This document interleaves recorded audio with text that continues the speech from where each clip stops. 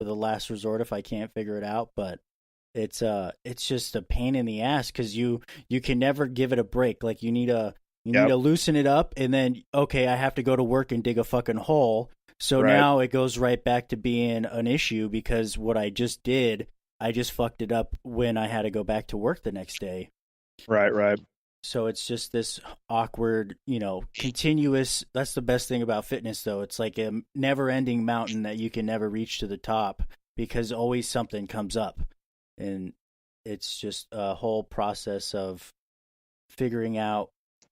I Golf definitely helped me out with like figuring where I'm very body aware. I can like figure out, okay, this is feeling tight. I've been working that out, but it's just a pain in the ass.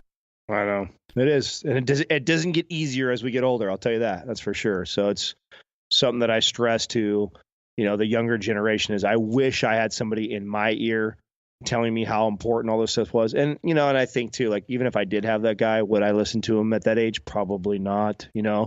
But at one point we all get that call that tells you like you're not young anymore, man, and the aches and the pains and the tightness and the soreness starts to happen. And it does get worse and worse and worse every year that you don't address it. And so I always stress to people that the moment you start to feel things like that, that is your body like that. Your body's already screaming to you at that point. If you can feel it and it hurts or it's nagging, that's your body being like, hey, dude, fuck you. You've been doing this bad work to me for so long now. I'm finally screaming at you to get your attention.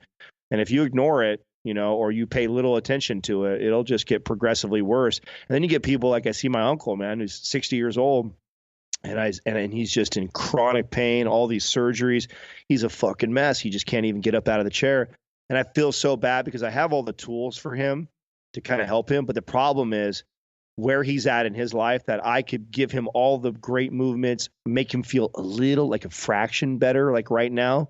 But most of he's going to have to put in so much work just to feel a little bit better. And when you do that, when you tell somebody who's 40, 50, 60 that, it's really tough to keep them consistent and making it a part of their lifestyle. Whereas if you're getting a hold of somebody who's a little bit younger, who recognizes they got some pain or they have some issues, and you tell them that, like, listen, we want to stay ahead of this because Tony, right now, when you're 40 and 50 and you got a family and kids and a business that you're running that's crazy, the last thing you want to hear from a guy like me is telling you that you need to be doing these movements every day, 1 to 3 times a day, spending 30 minutes to an hour to really correct all this damage that you've done to yourself for so many years. That's daunting, man. That's daunting from anybody. Fuck yeah.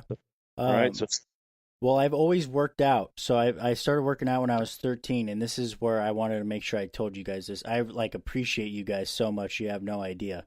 But I worked out since I was 13, and it was always because I was self-conscious of the way I looked. And then within the last year since I brought your podcast into my life, and I like to work out. I hit it hard when I go into the gym, but it was always for the wrong reasons. And then I started listening to you guys and all the, you have to associate stuff with positivity. And, I do this because it makes me feel good, not because I want to change the way I look. And I mean, I've dropped 30 pounds and it's all up. It's because you guys, pretty much, because you give such good information. And that's why I wanted to try to start my own thing doing the podcast and just bring that good information to everybody and stuff that I find super interesting because I've never been someone that likes to learn. I grew up with a learning disability, so I just kind of, I put school on the back burner. I'm like, I'll figure it out. And now I'm like entering this whole trying to find knowledge now in my life. And it's so, it drives me right now. well, how old are you right now? I'm 24.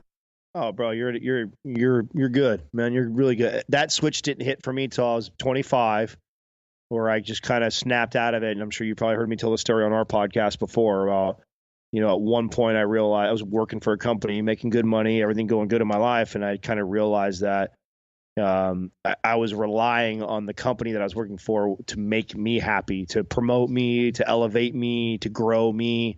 And when it wasn't going the way I thought it was going to go, I remember being really angry and upset. And I was only angry and upset for a short while because real quick I reflected and thought like, well, what the fuck why am I mad at this company that provided a place for me to work anyways, because they changed their comp plan and because they don't want to put me as a vice president at 24 years old. Like, what the fuck am I thinking? Like, and then why am I blaming them for where I'm at? Like, it's my responsibility to grow, and I should never allow anybody else to dictate that. And that was the moment that I kind of like got on the kick of reading. I began reading all the books that my CEO was reading, and then I went on this binge and this path of I'm going to continue to level up and grow regardless of where I'm at or who's trying to influence my life. So, and I was 25, dude. So 24, if you're already heading down that path right now, I think you're going to be fucking just fine, dude. Sweet, man. Well, I just like because I wanted to play professional golf when I was younger. So I put so much time into that, and then that didn't work out because of an injury. So I've been in this weird, like my dad's a golf course superintendent. So I was just going to kind of follow down his path and do that. And then I haven't been happy. And then since I've started listening to your guys' podcast, it's only been a year since I really started listening to podcasts. But it's funny because I listen to Joe's podcast now, and I used to listen to little like snippets of his podcast that were put together on YouTube as like a inspirational thing when I was trying to play golf. So realistically, I actually listened to them, but they were in like very snippets of, the podcast. But I just haven't been happy, and since I've done this, it's just like I feel so good. And the big thing that's intriguing to me is you guys built so many relationships with other people that are super smart, and you guys collaborate on, I'm young. I really don't know a whole lot about fitness and all the scientific stuff, but I want to surround myself with people that do know so I can learn. In this podcast, this whole system, I see you guys go on your trips and all this stuff, and it's just like, man, that's what I want to do. I want to have like I just saw Will Smith put a thing up like a week ago on his Instagram that's like, you are the last 5 people that you text, or whatever he said in there. And I'm like, dude, your 5 people that you text are not where you want to be. So I've been trying to, I reached out to you. I've reached out to Sal. I actually reached out to Drama because I heard you talk about him, and he got back to me and all this stuff. And I'm like, okay, so I saw a little bit of light at the end of the tunnel, and now I hit the ground with my feet running, and I'm like, let's go. I want to keep doing this. So you just touched on something that I think is the most important piece of our business that nobody sees. And it's something that I take a lot of pride in myself. It's been built in me since I was a child, probably but for survival reasons because of my upbringing. And I pieced it together as I got older on the importance of it. And then I've learned to develop it as I've gotten older. And that is relationship building. And you really true. Your true net worth is your network. It really is. And if you focus more on that, I think that the business piece, especially for a guy like myself, I know that when I walk into a room of all of these brilliant VCs and CEOs, that I'm probably not the smartest guy in the room. Like, that's okay though, dude. Like, that, I'm in the right room then, right? They say, what's that saying go? Like, if you're in a room and you're the smartest guy in the room, you're in the wrong room. Yep. You don't want to be in that room. You don't want to be in the room where you're the man all the time. That's people that need to feed their fucking ego. Like, I want to be in the rooms where I'm the dumbest guy in the room, where there's all kinds of people that I can learn from all the time. And so I prided myself on putting myself in those positions and being okay with that and being comfortable with knowing that I have a lot of intelligent people that are surrounding me. And then I also realized that a lot of intelligent, successful people love to talk about themselves. And so I found it really easy. It was really easy to go and ask people questions. But when I ask people questions and when I talk to these people, I never ask for something for myself. It's never like, I'm going to go talk to Tom Bilyeu. Like, a lot of people ask all the time, like, oh, man, how'd you guys develop this relationship with this person, that person? Well, you talk about the last 5 people that I text. Well, Tom Bilyeu, Drama, Bradley Martin, Jason Phillips, Bedros. They're literally like the last 7 to 8 people that I was just talking to, right? So we're all on a, texting based relationship. And this is a part of what I do out of us, so everybody has kind of their piece of like what they really, really drive home in the business and that nobody really knows about that's listening. You listen to podcasts, people could try and guess like who does what, but a big part of what I do is the networking piece and staying in contact with these relationships. I even have it. A lot of people don't know this either. So I have at my house, I have a huge printout of every single guest influencer person that we've ever been around. There's over 200 now. So we have over 200 what people would call influencers or whatever, that have large platforms, whether it be a podcast, whether it be a YouTube, Twitter, blog, you name it. And I have all their stats. And I keep it I have an assistant that her job is to keep that updated. And I have all of them on there, and I can see, and I have them ranked based off their social presence and their power. And I use that as a reference to make sure that I'm staying in contact with all those people. And all I do is, it's just very simple. Like, because I've built a relationship with all of them, I know all of them very well on a personal level, because not only have I had the opportunity to interview them and talk to them, I may possibly even follow their shit or pay attention to what they're doing. And I talk to them outside of here. And I try and make a conscious effort to send message over. So, I mean, Ready Player One just dropped. So you better bet your ass I was talking to Tom Bilyeu before that came out, so, and him and I are just having a great conversation about that. It's not me asking a favor of him. It's not asking him to come on my show. It's not like that at all. It's just conversation around conversation that I know that he's interested in. I'm not going to talk to Tom Bilyeu about what's going on with my Golden State Warriors right now, because he doesn't give two shits about that. Yeah. Right.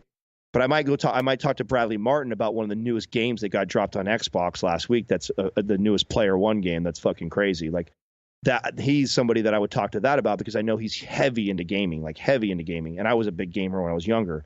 So I find things that I have common interests with all of our people, and I maintain relationships with them. And I'm very cautious not to be like the fucking annoying girl that's, sends 4 text messages before you get a response. Like, I'm not like that either. Like, you got to be very careful about that too, because you don't want to turn people off.